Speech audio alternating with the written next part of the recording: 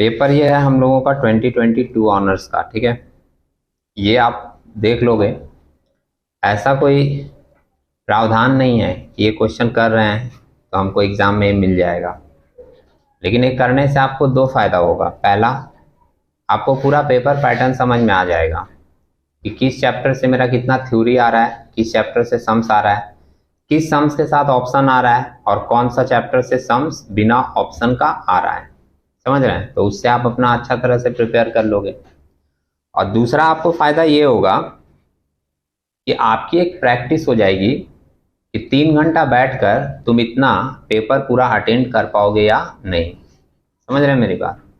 अगर मान लीजिए आप एक पेपर बैठ के घर में कर लेते हैं पूरा, मैं पहले करवा देता हूँ, उसके बाद घर में बैठ के 3 घंटा आप प्रैक्टिस कर लीजिएगा, मैं भी एक टेस्ट ले लूँगा, उससे आपको पता चल जाएगा कि आप 3 घंटे में पेपर अटेंड कर पाएंगे पूरा या नहीं। बहुत सारा स्टूडेंट लोग क्या करता है, 40 नंबर 50 नंबर का पेपर अटेंड करके आ जाता है। बात दिल पे मत लेना, दिमाग पे लेना, नहीं तो कभी कभी टीचर की बात बुरी भी लग जाती है, फिर बाहर खुन्नस निकालता है सब। लेकिन यहाँ पे सुन लीजिएगा, अगर बुरा लगे तो कोई बात नहीं, फिर भी बोलेंगे हम, बात दिल पे मत लेना, दिमाग पे लेना।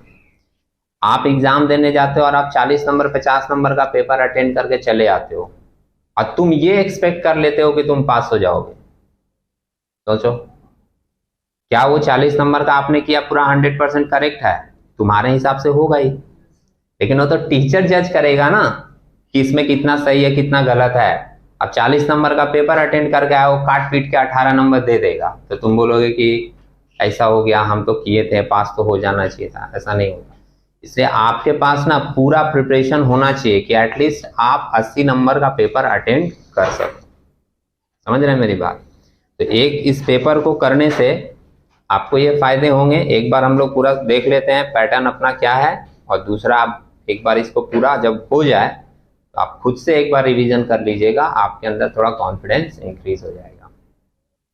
अब देखिएगा, इसका क्वेश्चन पढ़ रहे हैं हम, 2022 ऑनर्स वाला है। अगर समय रहेगा हमारे पास तो हम उसके बाद आपको जनरल वाला भी सॉल्व करके करवा देंगे क्लास में, और समय नहीं रहेगा तो आप लोग खुद कीजिएगा, जो डाउट्स आएगा वो आप पूछ सकते हैं। तो ग्रुप ए क्वेश्चन है सभी के पास।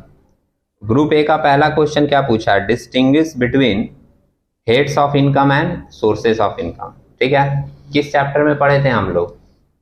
फर्स्ट वाले चैप्टर में, हेड्स ऑफ इनकम और सोर्सेस ऑफ इनकम का डिफरेंस।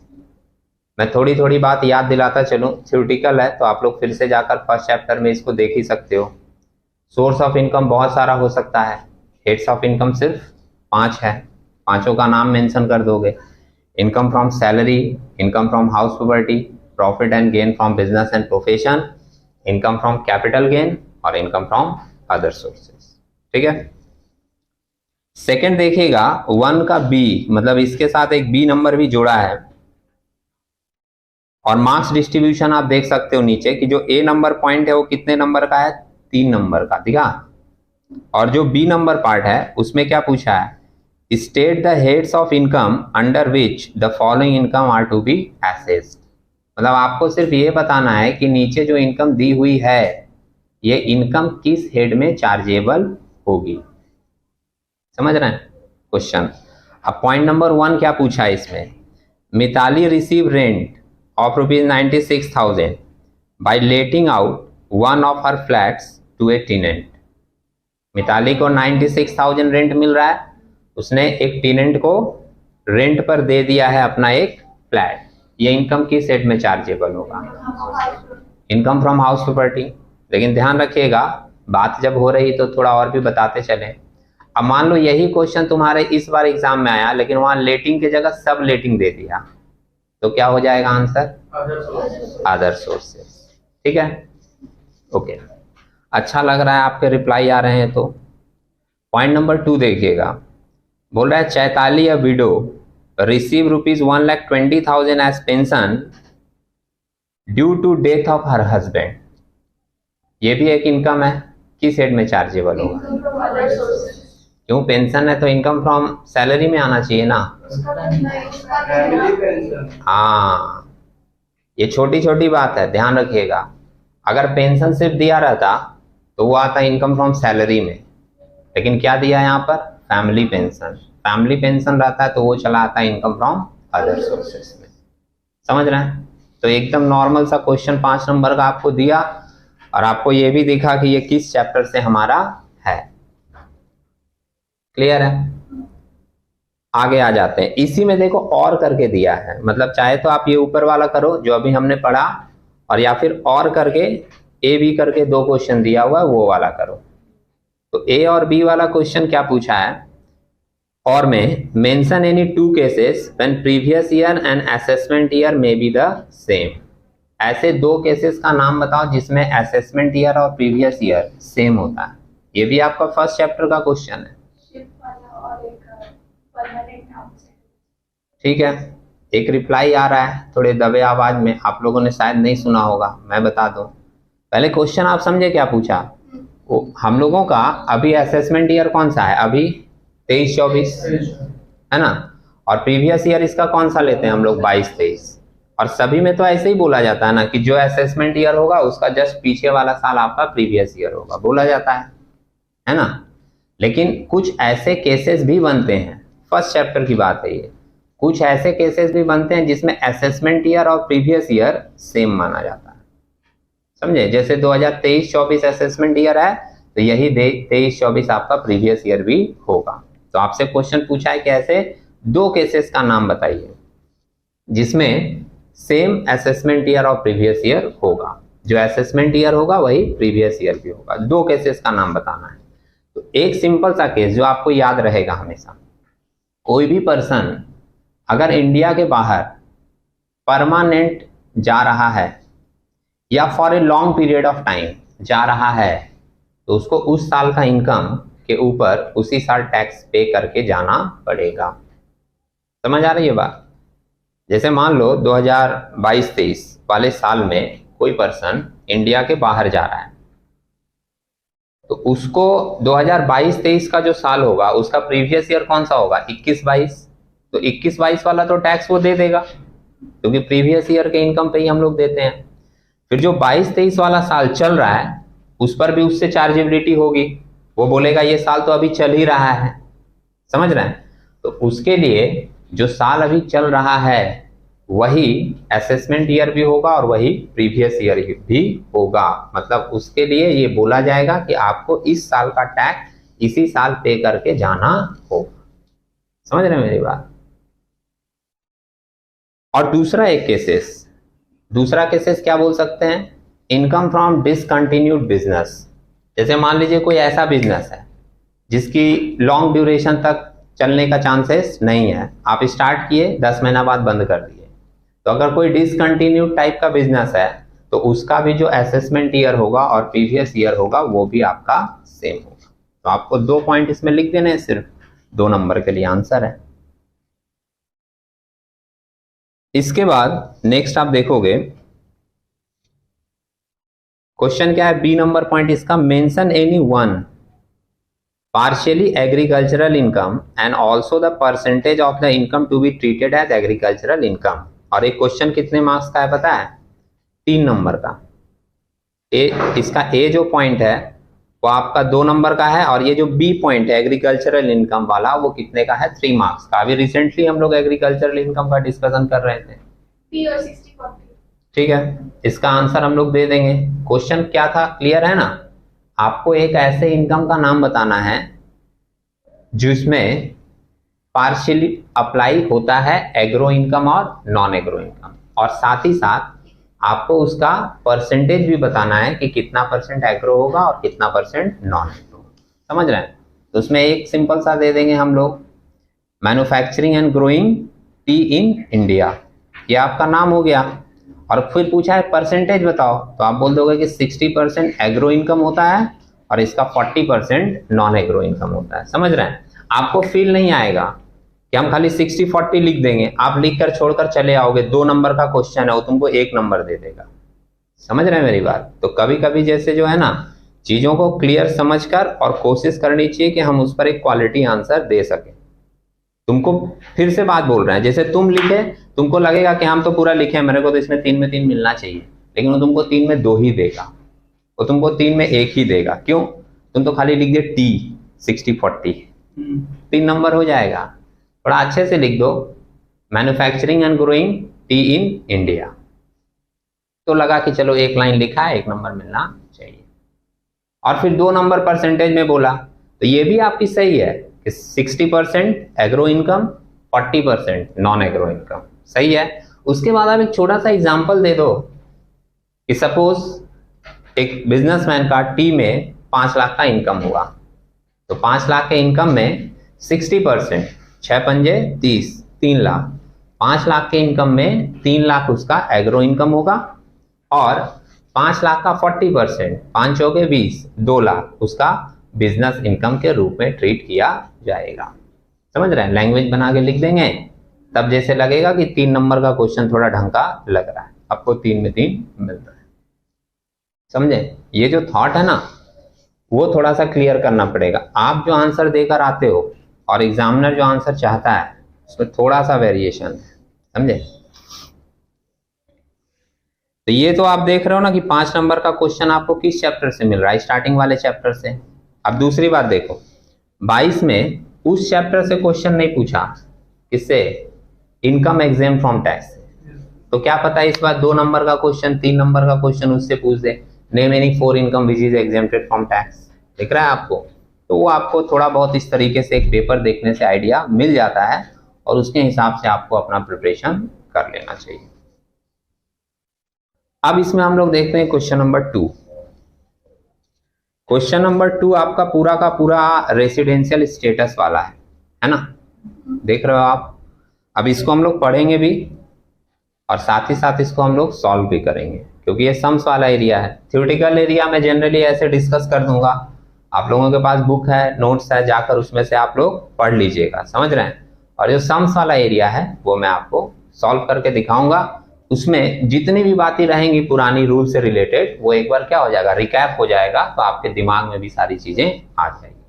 क्लियर है? तो क्वेश्चन नंबर 2 क्या मेंशन कर रहा है?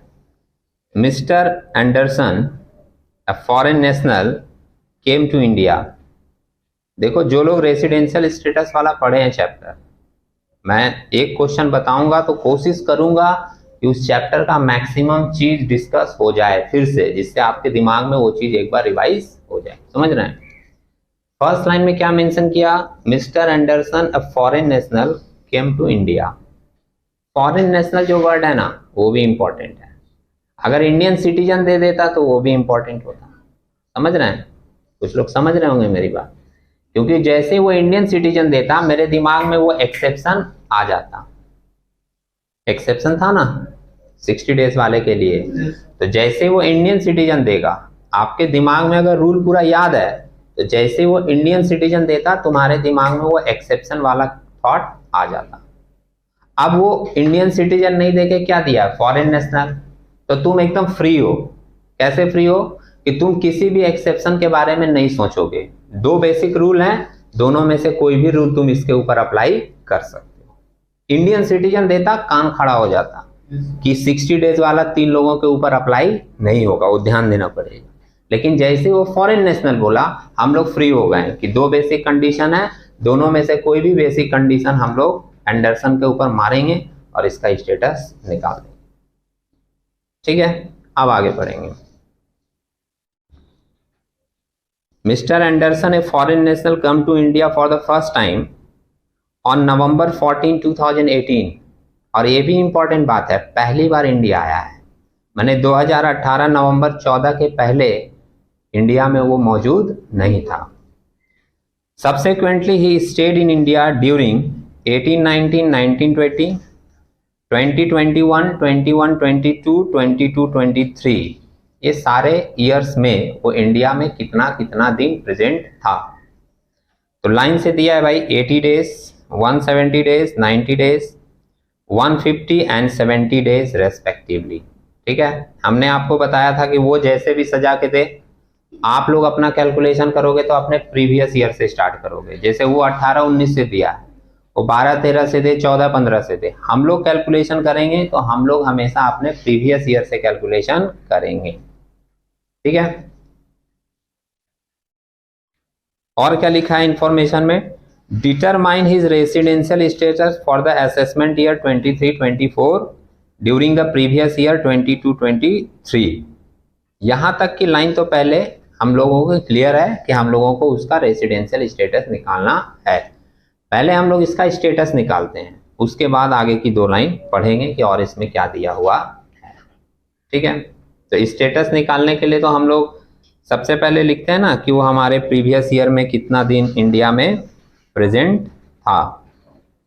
तो लिखिए कंप्यूटेशन ऑफ, ये हमारा कितना नंबर क्वेश्चन है? 2 नंबर। अच्छा, 2 का ए और बी करके तो नहीं दिया है, नहीं, तो 2 ही लिख दिए। 2022 का क्वेश्चन है, ये भी लिख दे रहे हैं। और यहां पर हम लोग लिखेंगे computation of number of days, number of days present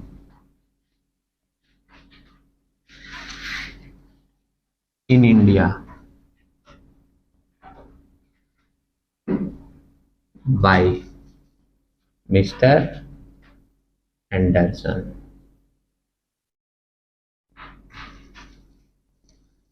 इधर मैं लिखूंगा प्रीवियस ईयर और इधर मैं लिखूंगा नंबर ऑफ डेज स्टेट, कितना दिन वो इंडिया में रहा है।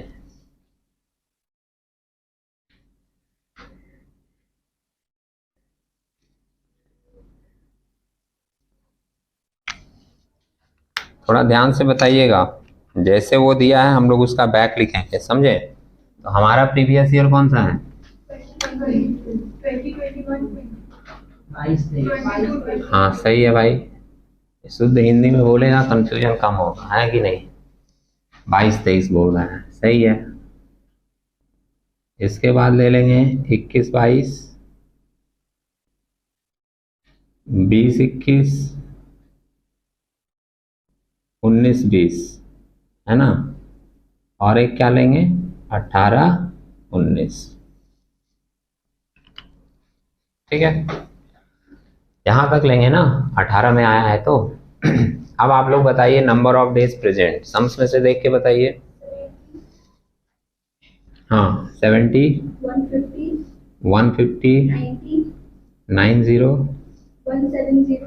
170, 80। देख लिए तुम लोग, सही है ना? अब हम लोग अपना कंडीशन इसके ऊपर अप्लाई करके देखेंगे कौन सा कंडीशन अप्लाई हो रहा है, कौन सा नहीं। ठीक है, बोलो प्रज्वल, तुम्हारे हिसाब से कौन सा कंडीशन ये सेटिस्फाई कर रहा है? धीरज? 60 days and receiving 4 साल में 370 days। ओके, सही बात बोल रहा है, थोड़ा सा लड़खड़ा गया वो। ये बोल रहा है कि प्रीवियस ईयर में 60 डेज है, तो आपको दिख रहा है प्रीवियस ईयर में 60 डेज, और इस साल को छोड़कर पीछे के 4 सालों में कितना दिन होना चाहिए? 365 होना चाहिए ना, तो वो भी ये है। यहाँ पे 60 आपको दिख रहा है ना, ऐसे लिखना नहीं है, मैं बता रहा हूं। और इन चारों को जोड़कर कितना होना चाहिए? 365, तो उससे तो ज्यादा ही लग रहा है ना? तो ये वाला 60 डेज वाला कंडीशन तो ये पूरा कर रहा है, मतलब 61C वाला, है ना? तो नीचे हम लोग लिख देंगे ये कंडीशन वो पूरा कर रहा है। लिखिए since mister Anderson satisfy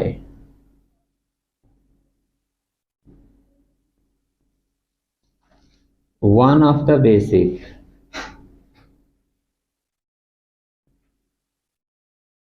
or alternative condition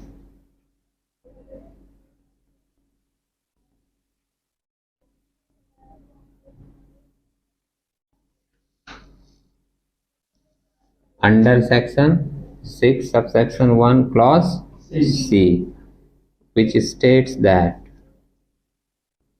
जो क्या बताता है? ये कंडीशन क्या बताता है, वो कंडीशन आपको मेंशन करना पड़ेगा। He has been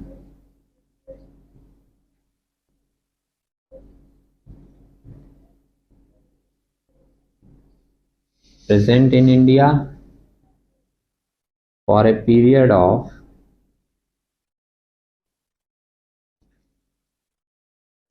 60 days or more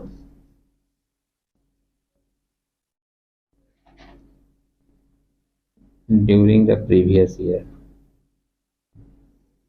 बोल बोल के लिख रहा हूं भाई, नहीं दिख रहा होगा तो सुन के भी लिख लीजिएगा।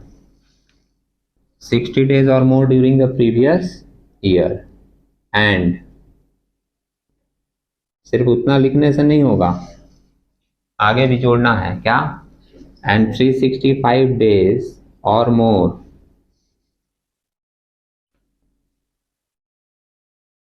during 4 previous year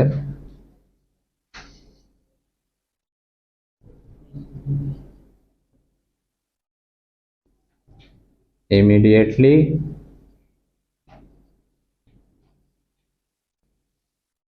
preceding the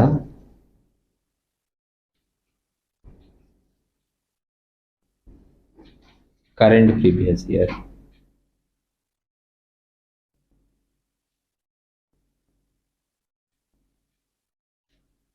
current previous year को छोड़कर पीछे के 4 सालों में 365 दिन होना चाहिए। ये पहला बेसिक कंडीशन ये पूरा कर रहा है। क्लियर है?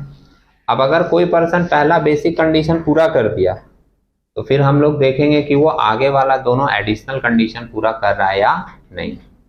अब एडिशनल कंडीशन क्या था, याद कीजिए। 2 एडिशनल कंडीशन था, और अगर आप सुन रहे हो मेरी बात तो आपको याद दिलाएं कि 2 एडिशनल कंडीशन में दोनों ही पूरा करना होगा, तब वो ऑर्डिनरी होगा। 2 में अगर वो एक भी मिस कर दिया तो आपको दूसरा देखने का जरूरत ही नहीं है। 2 में दोनों पूरा करना है, तो 2 में अगर वो एक भी मिस कर दिया, 2 में अगर वो एक भी मिस कर दिया तो दूसरा फिर देखने का जरूरत ही नहीं है, क्योंकि वो फिर एक करके भी क्या करेगा। समझ रहे हैं? तो हम लोग देखते हैं 2 एडिशनल कंडीशन क्या था।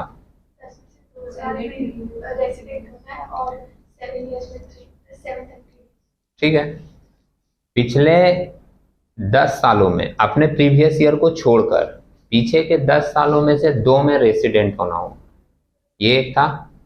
और दूसरा क्या था कि प्रीवियस ईयर को छोड़कर उसके पीछे के 7 सालों में आपको इंडिया में प्रेजेंट होना पड़ेगा। कितना दिन? 730 दिन। ठीक है, अब आप उसमें से एक देखो, दिख रहा है आपको, नंबर ऑफ डेज लिखने के बाद ही ये दिमाग में आ जाएगा, दिख जाएगा। समझ रहे हैं? प्रीवियस ईयर को अगर छोड़ दें तो पीछे के 7 सालों में सिर्फ 490 है, 730 तो हुआ नहीं। आप बोलोगे तो 4 ही लिखा हुआ है, 7 लेना है ना, 7 ईयर्स, तो और नीचे का लीजिए तो हो सकता है हो जाए। लेकिन यहां से एक बोल रही है और नीचे का ले नहीं सकते, क्योंकि उस समय वो इंडिया में था नहीं।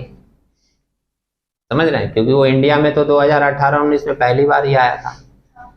अगर ऐसा नहीं लिखा होता तो हम लोग 18-19 के पहले का भी काउंट करते हैं और देखते हैं, तब तक देखते हैं जब तक 730 दिन ना हो जाए।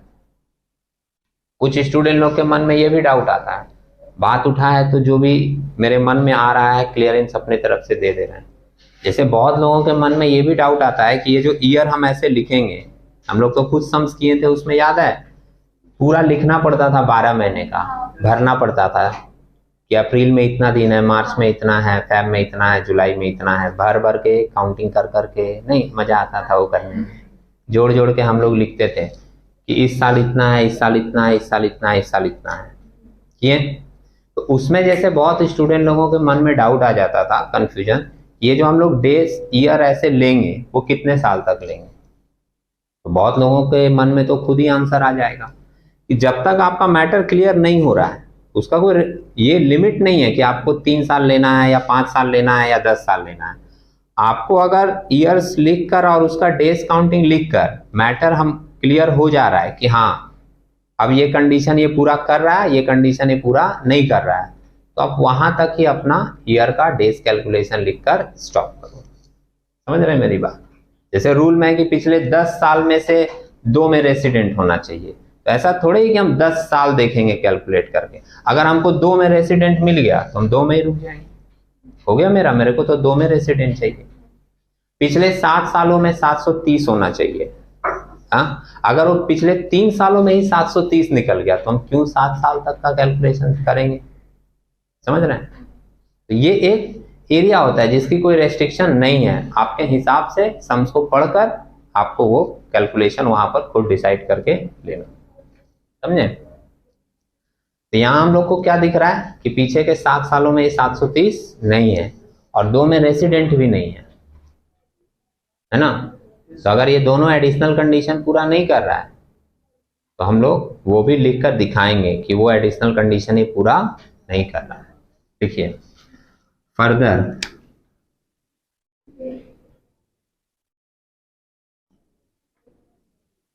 he does not satisfy, मेरे हिसाब से ये लिखना उचित है। समझ रहे हैं?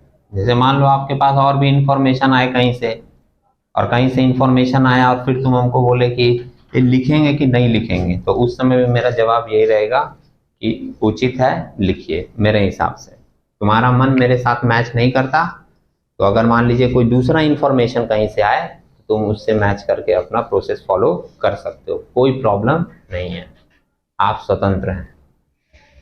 समझे? Further he does not satisfy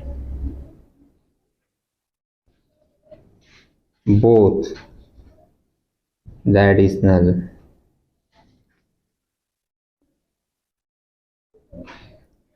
additional और कंपलसरी कंडीशन, इसको कंपलसरी कंडीशन भी बोलते हैं, है ना?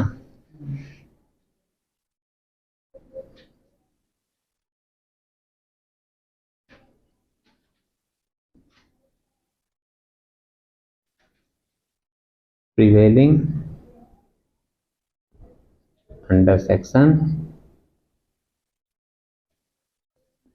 6 सबसेक्शन 6। अब इसमें क्या था? Number 1, he has been a resident of India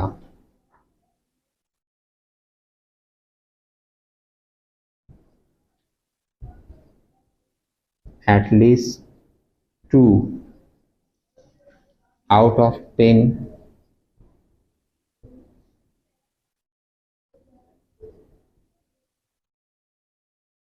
previous year,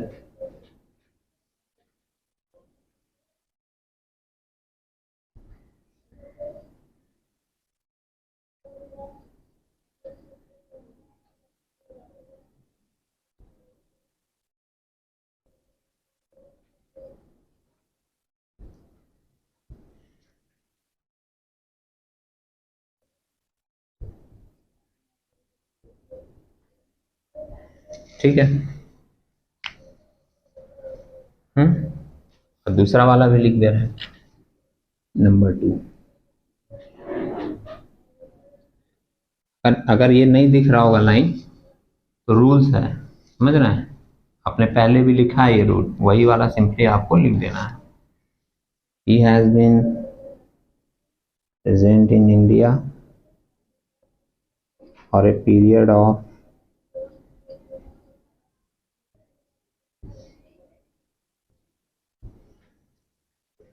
730 days or more during 7 previous year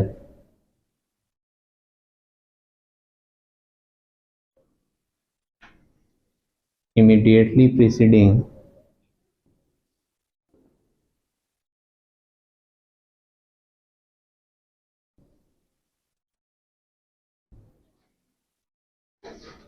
the current previous year।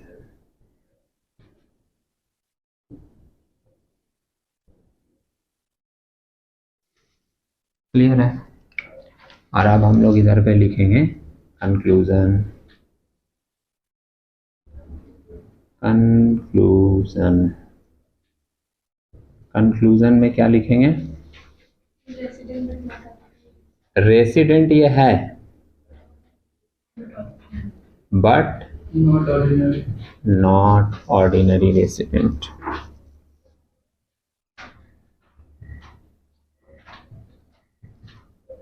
Clear है यहां तक आपका? रेसिडेंट है लेकिन ऑर्डिनरी नहीं है। अगर मान लो ये दोनों कंडीशन जो नीचे लिखे एडिशनल वाला, ये भी आपको यहाँ के डेज में दिख जाता पूरा, पीछे के 7 सालों में 730 भी दिख रहा है, और जब 730 रहता है ना तो ज़्यादा चांसेस है कि वो 2 में रेसिडेंट भी निकल जाएगा, क्योंकि रेसिडेंट होने के लिए तो एक और कंडीशन था ना, सुन रहे हो आप लोग, एक 182 वाला था। तो अगर मान लो पीछे के 2-3 सालों में वो 365 प्रेजेंट है, तो 182 वाला तो वो हर साल पूरा करता चला गया नहीं, तो उससे हम लोग बोल देते हैं कि वो रेसिडेंट हो जा रहा है। तो अगर मान लीजिए ये नीचे वाला दोनों कंडीशन भी पूरा कर देता तो हम लोग क्या लिख देते हैं कि रेसिडेंट भी है एंड ऑर्डिनरी रेसिडेंट भी है। क्लियर है? और अगर मान लो ऊपर वाले में जो बेसिक कंडीशन है एक भी पूरा नहीं करता, 60 डेज वाला भी नहीं, 182 भी नहीं, तो बात तो वहीं खत्म हो जाता, सिंपली लिख देते हैं नॉन रेसिडेंट। और जब नॉन रेसिडेंट आपका होगा ना तब आपको ये नीचे वाला लिखने का जरूरत नहीं है। क्यों? क्योंकि ये तो एडिशनल कंडीशन है, जब आप रेसिडेंट हो गए तब ये देखा जाएगा। जब आप नॉन रेसिडेंट हो गए तो एडिशनल कंडीशन ना देखने की जरूरत है ना आपको नीचे लिखने की जरूरत है, बस यहीं आपका मैटर खत्म हो जाएगा कि वो एक भी बेसिक कंडीशन पूरा नहीं किया, एक भी, तो उसमें क्या करना, तुम दोनों बेसिक कंडीशन लिख देना, 182 वाला भी और 60 डेज वाला भी, और बोलना कि दोनों में से एक भी पूरा नहीं किया, तो सिंपली कंक्लूजन लिख देंगे नॉन रेसिडेंट, एडिशनल में जाने का जरूरत ही नहीं। क्लियर है? अब देखिए आगे की लाइन, इसका लास्ट वाला लाइन मैं छोड़कर गया था, क्यों छोड़कर गया था वो मैं आपको बताऊं। पहले आप लोग वहां आइए, क्वेश्चन नंबर 2 का चौथे लाइन में दिखा, तीसरे लाइन में लिखा था determine his residential status for the assessment year 23-24, और उसके बाद की लाइन क्या लिखी है कि during the previous year 22-23 he earned income of rupees 3,70,000 from a business in Bangladesh, मिला, which is controlled from India, business Bangladesh में है, कंट्रोल हो रहा है कहां से, इंडिया से, discuss the taxability of such income in India. 5 number का क्वेश्चन है, 4 नंबर का आपका पूरा हुआ, लास्ट का एक लाइन आप लिखोगे तब आपका 5 नंबर पूरा होगा। अब ये जो लास्ट में एक लाइन जोड़ा, ये किस पार्ट से जोड़ा, इंसिडेंस ऑफ टैक्स से। अभी आप लोग एक जवाब दे रहे हो, अच्छा लग रहा है सुन के, अब एग्जाम के समय में मान लो ये आ जाएगा, और उस समय कोई स्टूडेंट अगर ये सोचे कि तो मिला के दे दिया, रेसिडेंट और इंसिडेंस मिला के दे दिया, ऐसा तो करवाए नहीं थे, तो वो यही सोचता रह जाएगा। समझ रहे हैं मेरी बात? ये तो अलग अलग करवाए थे, बोले थे उसमें आ सकता है या इसमें आ सकता है, तो मिला के दे दिया। फिर वो बाहर निकल के अगर एक ही जगह सेंटर रहेगा तो वो भी चर्चा करेगा, उसमें सर को बहुत याद किया जाता है और सर के घर वालों को भी याद किया जाता है, समझे? कुछ बच्चा लोग करता है, आप अच्छे हो आप सिर्फ सर को एक कोस के छोड़ देते होगे, अब बहुत सारा होता है बच्चा लोग करता है कि नहीं। तो अभी क्या है, और जो लोग मान लो ये नहीं सोचा कि ऐसा नहीं कराएं, वो सिंपली क्या सोचा, ये वाला जो लाइन दे दिया वो इंसिडेंस का दिया है, हमको इंसिडेंस का रूल अप्लाई करना है, तो क्या करेगा, इंसिडेंस वाला रूल अप्लाई कर देगा। अब आपको इंसिडेंस वाला रूल याद दिलाए हम एक बार, आप लाइन पढ़े, पॉइंट क्या मिला कि बिजनेस कहाँ है, बांग्लादेश में। अब आपको इंसिडेंस वाला याद दिलाते हैं, कंट्रोल हो रहा है इंडिया से, तो उसमें एक पॉइंट था, 5 ही पॉइंट तो हम लोग लिखे थे, उसमें तीसरा वाला पॉइंट मेरा मिलेगा जिसमें लिखा हुआ था income earn and receive outside India but the business और profession is however controlled from India, था ना लाइन। अब इस केस में 3 आदमी हैं, ordinary, not ordinary, non resident, तो उसमें क्या लिखा हुआ था, ऑर्डिनरी के लिए लिखा हुआ था टैक्सेबल, नॉट ऑर्डिनरी के लिए भी लिखा था टैक्सेबल, नॉन रेसिडेंट के लिए लिखा था नॉट टैक्सेबल। इसका स्टेटस क्या निकला, रेसिडेंट बट नॉट ऑर्डिनरी। तो उसमें तो था ना कि वो नॉट ऑर्डिनरी के लिए भी टैक्सेबल होगा, बोला था। तो हम लोग लिख देंगे कि इसके लिए भी ये इनकम टैक्सेबल होगा, समझ रहे हैं। तो लिख देंगे हम लोग, क्या लिखेंगे कि income earn from A business in Bangladesh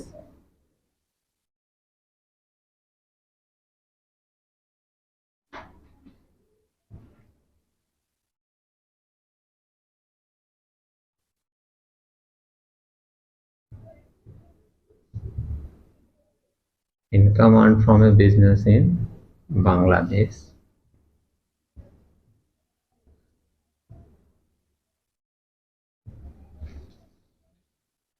taxable in the hands of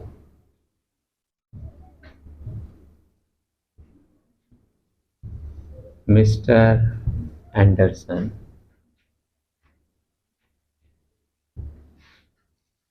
since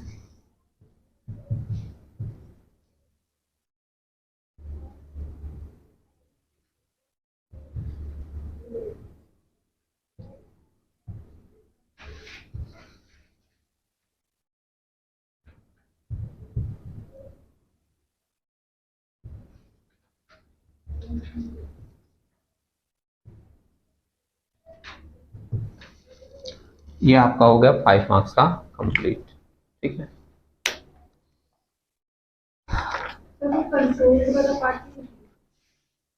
क्या चीज, हाँ उसको पूरा लिख दीजिएगा, income earn from A business in Bangladesh and control from India. हाँ वो वर्ड मैं मिस कर गया, बट लिखिएगा, but control from India, but controlled from India, from India taxable in the hands of mister Anderson, ठीक है। ओके इसके बाद हम लोग आ जाएं क्वेश्चन नंबर 3 में।